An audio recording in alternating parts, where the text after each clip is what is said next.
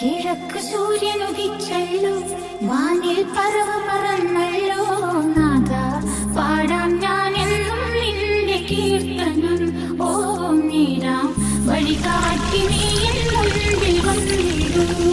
പ്രിയപ്പെട്ടവരെ, ഇന്ന് ജാനുവരി 27 ഇന്നു മുതൽ നമ്മൾ പുതിയ വർഷത്തിലേക്ക് പ്രവേശിക്കുന്നത് വരെ ന്യൂ ഇയർ മെസ്സേജാണ് ഈ ശുശ്രൂഷയിലൂടെ പങ്കുവയ്ക്കുന്നത്. ആദ്യമേ തന്നെ നിങ്ങളോട് പറയട്ടെ, നിങ്ങളെല്ലാവരും മുടങ്ങാതെ ഈ ശുശ്രൂഷ പങ്കെടുക്കണം. ഒരു പുതിയ വർഷം അനുഗ്രഹിക്കപ്പെടാൻ നിങ്ങൾ ആഗ്രഹിക്കുന്നുണ്ടെങ്കിൽ, നിങ്ങളുടെ ജീവിതങ്ങൾ ഒരു അനുഗ്രഹമായി മാറാൻ ആഗ്രഹിക്കുന്നുണ്ടെങ്കിൽ ഈ ശുശ്രൂഷ പങ്കെടുക്കണം. മാത്രമല്ല, നിങ്ങൾക്ക് പരിചയമുള്ള എല്ലാവരിലേക്കും, നിങ്ങളുടെ പ്രിയപ്പെട്ടവരിലേക്ക് ഈ ശുശ്രൂഷ ഷെയർ ചെയ്ത് കൊടുക്കണം. ഒപ്പം തന്നെ സ്റ്റാറ്റസ് ആക്കാനും നിങ്ങൾ മറക്കരുത്. അപ്പോൾ ഇന്നത്തെ വചനത്തിലേക്ക് നമ്മൾ പ്രവേശിക്കേണ്ട ഒരു അത്ഭുതകരമായ വചനമാണ്. വചനം ഇതാണ്: വൃക്ഷത്തിന് നല്ല പ്രത്യാശയുണ്ട്, അത് മുറിച്ചാലും വീണ്ടും തളിർക്കും, അതിന് പുതിയ ശാഖകൾ ഉണ്ടാവാതിരിക്കുകയില്ല. ജോബിൻ്റെ പുസ്തകം 14 അധ്യായം 7 തിരുവചനം. പ്രിയപ്പെട്ടവർ, എന്തൊരു അത്ഭുത വചനമാണല്ലേ ഇത്!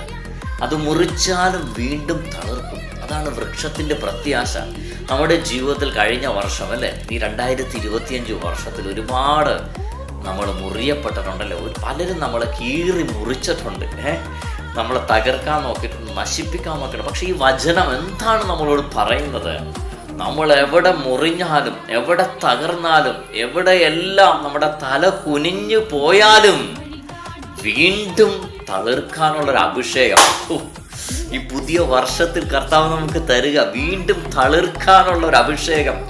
കഴിഞ്ഞ വർഷം, അതായത് ഈ 2025 വർഷത്തിൽ ഒത്തിരി വേദനിച്ചിട്ടുണ്ട്, ഒത്തിരി അപമാനിക്കപ്പെട്ടിട്ടുണ്ട്, സൽപ്പേരിന് കളങ്കം വന്നിട്ടുണ്ട്, പലരും തകർത്തിട്ടുണ്ട്, മുറിപ്പെടുത്തിയിട്ടുണ്ട്, കീറി മുറിച്ചിട്ടുണ്ട്. പക്ഷേ ഈ പുതിയ വർഷത്തിൽ കണ്ടല്ലോ, കീറി മുറിച്ച നീ വീണ്ടും തളിർക്കാൻ വേണ്ടി പോയി. എങ്ങനെ?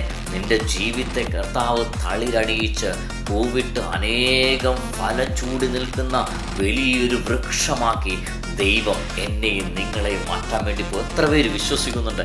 വിശ്വസിക്കുന്നവർ ഒരു ആമേൻ എന്ന് കമൻറ്റ് ചെയ്യണം കേട്ടോ.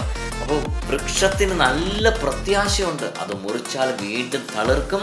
അടുത്ത വാക്യം പറയുകയാണ്, അതിന് പുതിയ ശാഖകൾ ഉണ്ടാവാതിരിക്കുകയില്ല. അതെന്താണെന്നറിയോ? പുതിയ ഓപ്പർച്യൂണിറ്റി, പുതിയ അവസരങ്ങൾ. പ്രിയപ്പെട്ടവർ, ഈ 2026-ൽ 2025-ൽ നീ എത്രമാത്രം പ്രാർത്ഥിച്ചിട്ട് ലഭിക്കാതിരിക്കുന്ന കാര്യങ്ങളില്ലേ? നിന്റെ പ്രൊമോഷനില്ലേ, നിന്റെ മാരേജില്ലേ, നിന്റെ കടബാധ്യതയില്ലേ, നിന്റെ രോഗമില്ലേ, നിന്റെ ഫ്യൂച്ചറില്ലേ?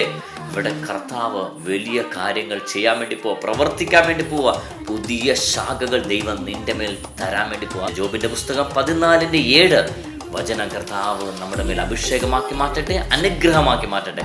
കർത്താവ് എല്ലാവരും സമൃദ്ധമായി അനുഗ്രഹിക്കട്ടെ. ആമേൻ.